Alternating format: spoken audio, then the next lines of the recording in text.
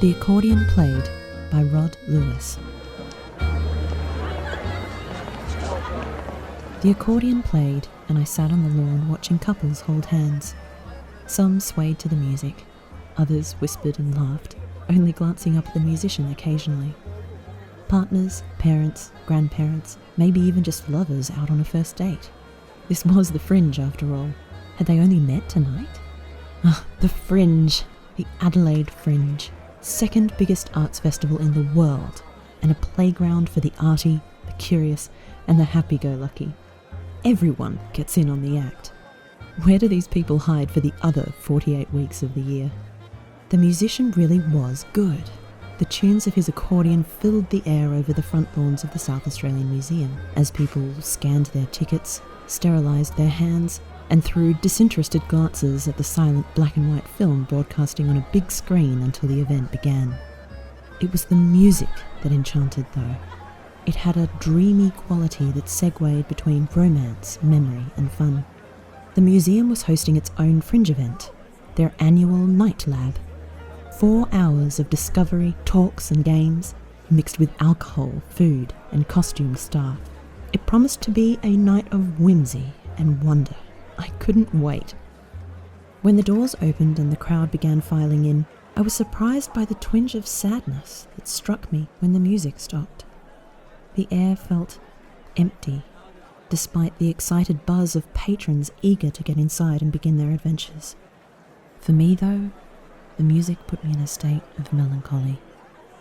Thinking of those couples, their love, their romance, their companionship, wondering how their lives had been shaped to bring them such happiness today. I took my free bag of popcorn and a complimentary cocktail as I entered, then segued out of the crowded entranceway with a sharp right. Tables had been set up in the wide corridor between the foyer and the Aboriginal Cultural Gallery.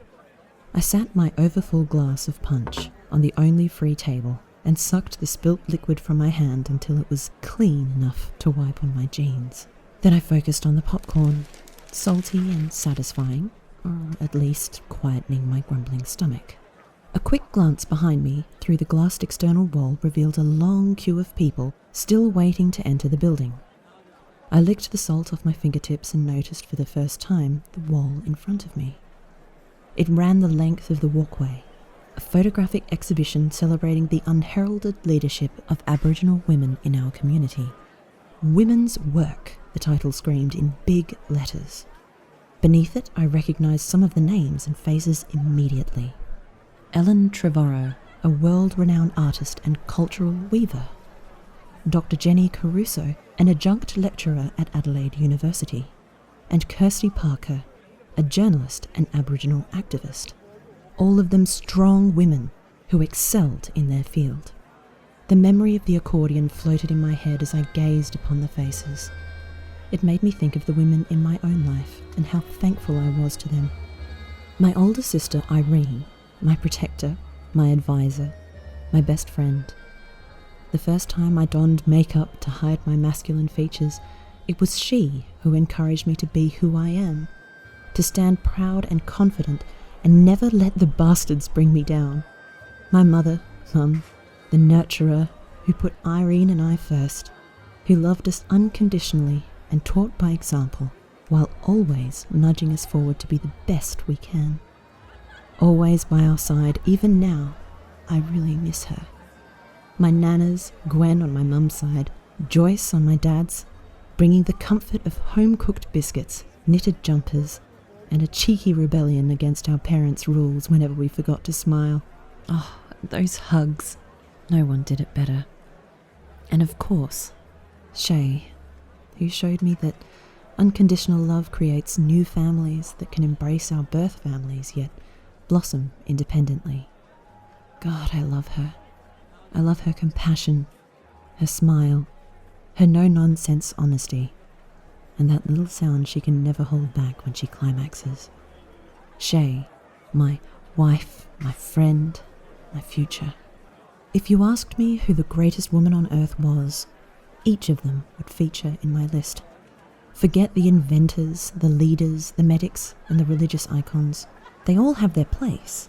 They're all worthy of admiration. but none of them compared to the impact my own loved ones have had on me.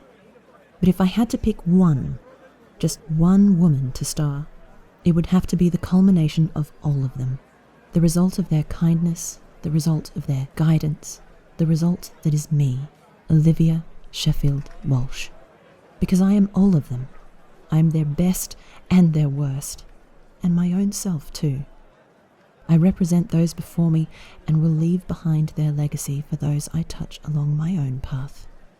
By being me, I am being them, and I embrace them with all my heart. Through them, I've strived to change what I don't like and learned to accept things that I can't change.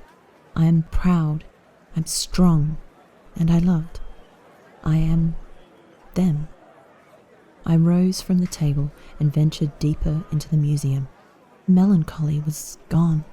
My spirits lifted by the memories and the gratitude I felt for those I walked behind and now walk beside. It was time to let the festivities begin. It was time to explore history and give thanks, as always, to my past. Read by Jet, aka Julia Child.